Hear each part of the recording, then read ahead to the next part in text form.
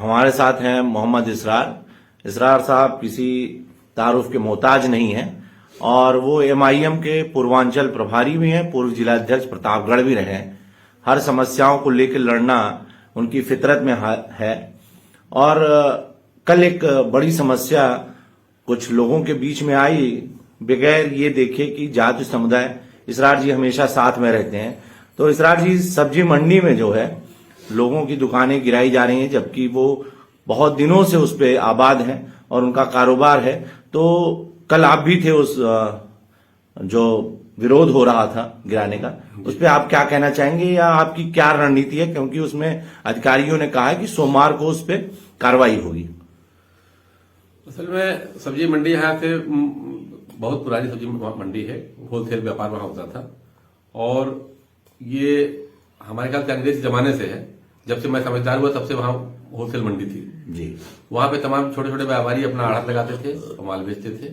नगर पालिका के लोग उनसे अपनी रसीद काटते थे और पैसा वसूल करते थे। इस समय हुआ कि नगर पालिका के लोग नवीन मंडी के नाम से कुछ वहां बनाना चाहते हैं, कोई बड़ा कॉम्प्लेक्स बनाना चाहते हैं।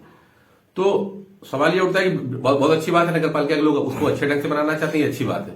नगर पालिका के लोगों का मकसद ये है कि जो वहां व्यापारी 50 साल से अपनी दुकान लगा रहे हैं उनको वहां से बेदखल करके वहां पर जो कॉम्प्लेक्स बनाएंगे उसमें उन लोगों को कोई दुकान देना नहीं चाहते।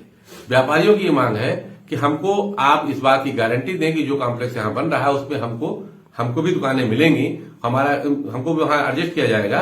हम अपनी दुकानें स्वेच्छा से हटाने तैयार हैं, लेकिन नगर पालिका के लोग उन दुकानों को पहले से ही तमाम लोगों के हाथ मोटी रकम भूमाफियाओं और प्रॉपर्टी डीलरों के हाथ बड़ी मोटी रकम पर बेच चुके हैं और उनकी मंशा ये है कि किसी तरह प्रशासन को गुमराह करके इस दुकानों के हाथ तोड़ दिया जाए और हम वहां पर कब्जा करके अपनी बिल्डिंग खड़ी करें। जबकि अभी तक नगर पालिका के पास जो इनका प्लान है उसका कोई नक्शा भी पास नहीं है। नगर पालिका के पास उस जमीन के स्वामित्व के कोई मजबूत कागज भी नहीं है।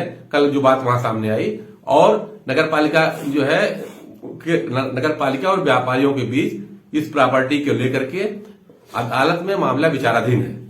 जब तक अदालत में मामला विचाराधीन है उसके पहले नगर पालिका के लोगों को ऐसी कौन सी जल्दी है कि वो उस दुकानों को डिमोलिश करना चाहते हैं जहां कम से कम 50 लोगों का रोजगार चल रहा है। शहर में नगर पालिका की स्थिति ये है कि सड़कें उबड़ खाबड़ है, नाली बजा रही है, उसका काम नहीं कर पाते। लेकिन चूंकि जमीनें वहां प्लाटिंग करके बेच चुके हैं ये लोग, इसलिए 3 जेसीबी 2 जेसीबी लेकर के पिछले एक हफ्ते से लगातार इनका ड्रामा चल रहा है। कल वहां पुलिस फोर्स भी आई थी, सीओ साहब भी मौजूद थे, कोतवाल साहब मौजूद थे, एक प्लाटून पीएससी थी। ये लोग चाहते ये थे कि हम फोर्स के दम पर इसको डिमोलिश कर दें। जब ये पूछा गया कि आपके पास डिमोलिश करने का कोई आर्डर है, उनको कोई आर्डर नहीं दिखा पाए।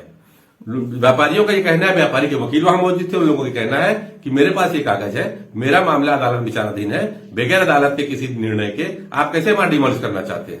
हम ये मांग करना चाहते हैं प्रशासन से, और ये बात हम लोगों की मांग है कि जब तक उन व्यापारियों को वहां पर अलॉटमेंट की गारंटी ना हो, जितने व्यापारी वहां पे हैं, जो आप कॉम्प्लेक्स बनाना चाहते हैं, सबको उस कॉम्प्लेक्स में एडजस्ट करने की गारंटी दें। सारे व्यापारी आपका सहयोग करने तैयार हैं। अगर आप ऐसा नहीं करते तो व्यापारी कोर्ट का सहारा लिए हुए, कोर्ट का आर्डर आने दीजिए, उसका इंतजार करिए, कोर्ट से जो फैसला हो करिएगा। ये मांग है व्यापारियों की, यही बात हम लोग वहां कहने आए थे। जी इसरार जी, मैं पूछना चाहूंगा कि जैसे इस समय योगी आदित्यनाथ जी की एक बुलडोजर नीति चल रही है, तो क्या बुलडोजर हर जगह चलाया जाएगा या नियम के तहत चलाया जाएगा? इस मुद्दे पे भी आप असल में ये जो नीति चल रही है, गरीबों को मिटा दो। गरीबी मिटाना मुद्दा नहीं है, गरीबों को मिटा दो। चूंकि छोटे व्यापारी हैं, छोटा छोटा का अपनी दुकान लगा करके 10-10 फीट 5-5 फीट पे अपना कुछ सब्जी वगैरह बेचने का काम करते हैं। सवाल उठता है वो कितनी माली उनकी हैसियत होगी? उनकी माली हैसियत क्या 50 लाख 10 लाख 50 लाख के जो है कॉम्प्लेक्स खरीदने की होगी? जवाब है नहीं होगी।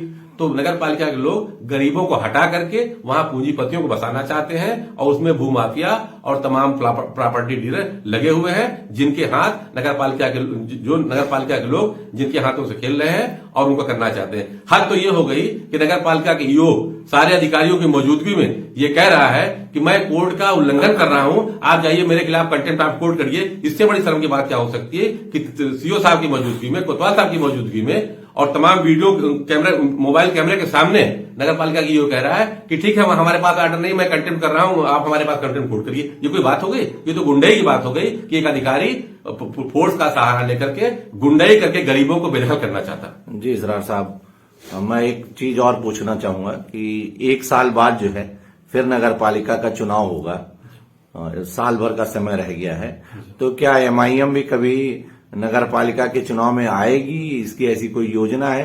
क्योंकि बगैर सत्ता के कोई भी लड़ाई लड़ना आसान काम नहीं है। देखिए, एमआईएम उत्तर प्रदेश में हर चुनावी उसमें हिस्सा लेगी, नगर पालिका में भी हिस्सा लेगी, जिला पंचायत में भी हिस्सा लिया था और आने वाले विधानसभा में हिस्सा लेगी, लोकसभा में भी हिस्सा लेगी। पार्टी ने ये रणनीति बनाई है कि हम पूरे उत्तर प्रदेश में हर चुनावी जो है उसमें हिस्सा लेंगे और अपनी ताकत बनाएंगे और लोगों को हक और इंसाफ दिलाने का काम करेंगे। इसी सीरीज में हमको चूंकि लोगों ने कॉल किया था, इसलिए हम कल भी गए थे, तो 3 दिन पहले भी ये लोग बुलडोजर लेके आए, उस दिन भी गए थे। हम लोगों गरीबों को उनका हक दिलाने की लड़ाई हम लोग लड़ रहे हैं। एमआईएम किसी भी मजलूम की लड़ाई लड़ रही है, चाहे वो किसी जात धर्म बिरादरी का हो, और हम लोग ये लड़ाई लड़ते रहेंगे, उनको इंसाफ दिलाने का काम करेंगे इंशाअल्लाह। जी इसरार साहब, आपका बहुत बहुत शुक्रिया। मुद्दा में इसरार साहब ने बताया कि एमआईएम जो है हमेशा गरीबों, मजलूमों, कमजोरों की लड़ाई लड़ती रहेगी। बहुत बहुत शुक्रिया इसरार साहब।